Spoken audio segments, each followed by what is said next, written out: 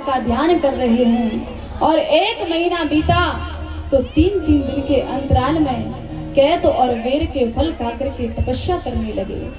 दूसरा महीना लगा तो 6-6 दिन के अंतराल में कैत और वेर के फल खाकर के तपस्या करने लगे। और तीसरा महीना लगा है तो 9 दिन के अंतराल में जल पीकर के तपस्या करने लगे।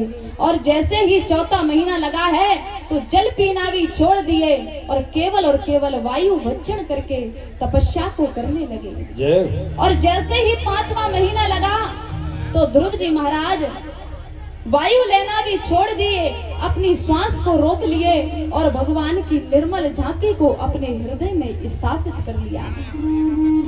सांस प्रश्वास सब रुक गई। देवता घबराने लगे, लोकपाल थर-थर कांपने लगे। देवता भगवान की शरण में गए हैं और बोले, ये प्रभु, ऐसा लग रहा है मानो कोई सिंहासन के लिए तपस्या कर रहा है। हे प्रभु, रक्षा कीजिए। भगवान बोले कि मेरा भक्त ध्रुव मेरे लिए तपस्या कर रहा है, मेरे दर्शन के लिए तपस्या कर रहा है, उसको राज्य से कोई मतलब नहीं है। तब जाकर के देवताओं को चैन मिला और देवता अपने अपने स्थान पर पहुंच गए। इधर भगवान अपने भक्त ध्रुव के पास आए हैं और ध्रुव जी महाराज अपने नेत्र बंद करके भगवान का ध्यान कर रहे हैं। जैसे ही भगवान पहुंचे हैं तो भगवान ने सोचा कि भगवान तो ध्रुव जी महाराज तो मेरा ध्यान कर रहे हैं और मैं इनके सामने खड़ा हूं। भगवान तुरंत अपनी झांकी को कर्षित कर लिए। ध्रुव जी महाराज छटपटाने लगे और जैसे ही देखते हैं तो मुरली मनोहर श्याम सुंदर ध्रुव जी महाराज के सामने खड़े हैं। महाराज ध्रुव जी महाराज चरणों में लेट गए, भगवान को प्रणाम किया है। ध्रुव जी महाराज के होठ फड़फड़ाने लगे, स्तुति करना चाह रहे हैं लेकिन कुछ भी ज्ञान नहीं था। तो का से लेकर के खा ज्ञा तक सारा सुना दिए और बोले, प्रभु, इन्हीं शब्दों से मिलकर के जितनी भी स्तुति है, सारी स्तुति इन्हीं शब्दों से मिलकर के बनती है। इसलिए आपको जो शब्द बढ़िया बढ़िया लगे उन्हीं शब्दों को छांट करके मेरी स्तुति बना लीजिए। भगवान समझ गए कि ध्रुव स्तुति करना चाह रहा है। राम ही केवल प्रेम प्यारा, भगवान को तो केवल और केवल प्रेम प्रिय है। भगवान तुरंत अपना शंख ध्रुव जी महाराज के गाल से लगा दिए और ध्रुव जी महाराज को वेद वेदांत कंठस्थ याद हो गए। ध्रुव जी महाराज ने भगवान की बड़ी सुंदर स्तुति की है और बोले, प्रभु, जिस पर आपकी कृपा हो जाए, मूकम वाचालम करोति, गूंगा व्यक्ति भी बोलने लगता है और लंगड़ा व्यक्ति भी पहाड़ों को चढ़ जाता है। ध्रुव जी महाराज कह रहे हैं, हे प्रभु, मुझे कुछ नहीं चाहिए, मैं तो यही चाहता हूँ कि आपके प्रेमी भक्तों का संग मिलता रहे, आपका दर्शन प्राप्त होता रहे। लेकिन भगवान जानते हैं, भगवान भक्त के मन की बात जानते हैं कि ध्रुव जी महाराज अपनी सौतेली माता के वचनों से विद्ध होकर के वन में तपस्या करने के लिए आए हैं। तो भगवान ने कहा कि ए ध्रुव, मैंने सप्त ऋषियों से तुम्हारे लिए 1000 योजन ऊपर मैंने तुम्हारे लिए स्पेशल ध्रुव लोक बनाया है, तुम वहां पर जाकर के रहो। ध्रुव जी महाराज से ऐसा कहकर के भगवान वहां से अंतर ध्यान हो गए। इधर नारद जी ने आकर के महाराज उत्तानपाद को बताया है कि तुम्हारा पुत्र भगवान के दर्शन करके आ रहा है, उसके स्वागत की तैयारियां कीजिए। महाराज उत्तानपाद राज्य के बाहर आकर के ध्रुव जी महाराज का इंतजार करने लगे। ध्रुव जी महाराज आए हैं और महाराज उत्तानपाद ने ध्रुव जी महाराज का स्वागत किया है। ध्रुव जी महाराज ने महाराज उत्तानपाद और अपनी माता सुनीति को प्रणाम किया। उसके बाद में माता सुरुचि को प्रणाम किया।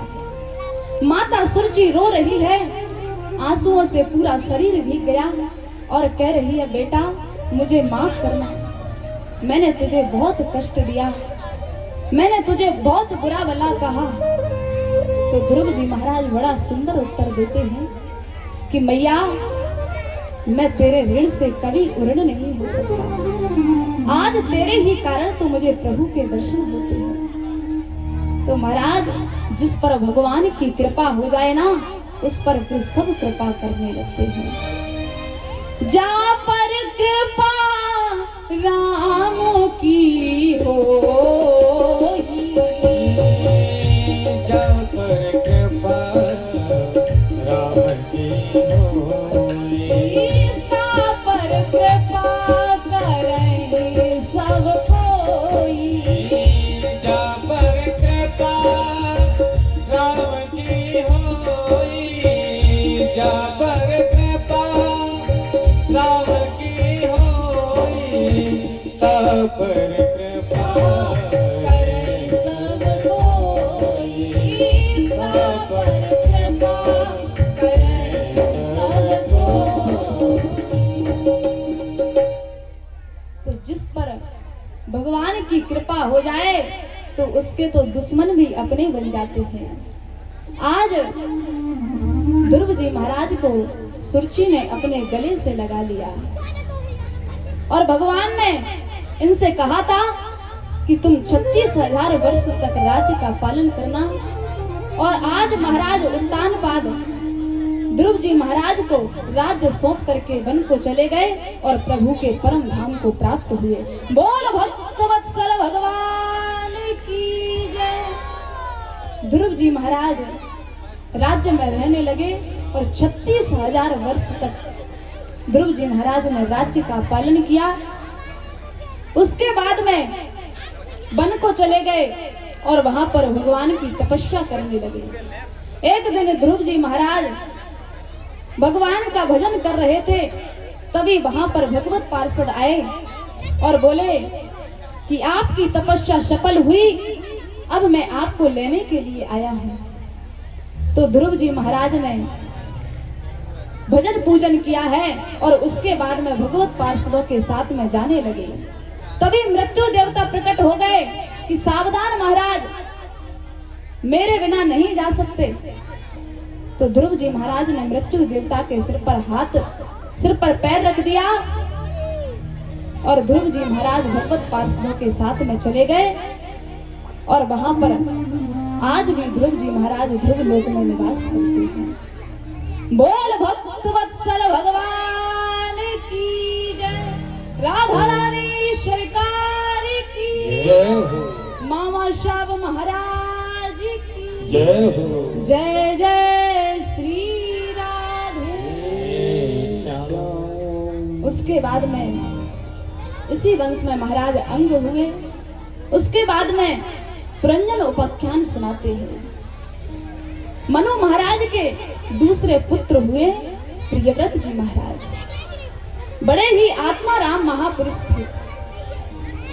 श्री सुखदेव जी महाराज से राजा परीक्षित प्रश्न करते हैं कि गुरुदेव, भगवान प्रियव्रत जी महाराज तो बड़े आत्माराम थे, फिर आप ये बताइए कि उनकी घर गृहस्थी में रुचि कैसे हो गई। और आश्चर्य की बात तो ये है कि घर गृहस्थी में रहते हुए भी उन्होंने सिद्धि कैसे प्राप्त की। तो सुखदेव जी महाराज कहते हैं, साधु प्रश्नम महाराज, आपने बहुत बढ़िया प्रश्न किया है। ये उस समय की बात है कि प्रियव्रत जी महाराज ब्रह्मा जी से ज्ञान प्राप्त करके गंधमादन पर्वत पर तपस्या कर रहे थे। तब इनके पिताजी मनु महाराज ने इनको राज्य देना चाहा, परंतु इन्होंने राज्य लेने से मना कर दिया। तभी इनको समझाने के लिए ब्रह्मा जी जाते हैं और कहते हैं, बेटा आश्रमात आश्रमम गच्छे, एक आश्रम को छोड़कर के दूसरे आश्रम पर जाइए। पहले अपने अंदर के काम क्रोध मद लोभ को जीतिए, तब जाकर के वन में जाइए। क्योंकि काम क्रोध मद लोभ सब नात नरक के पंत, सब पर हरि रघुवीर विरय, भजहु भजई जैसन। काम क्रोध मद लोभ की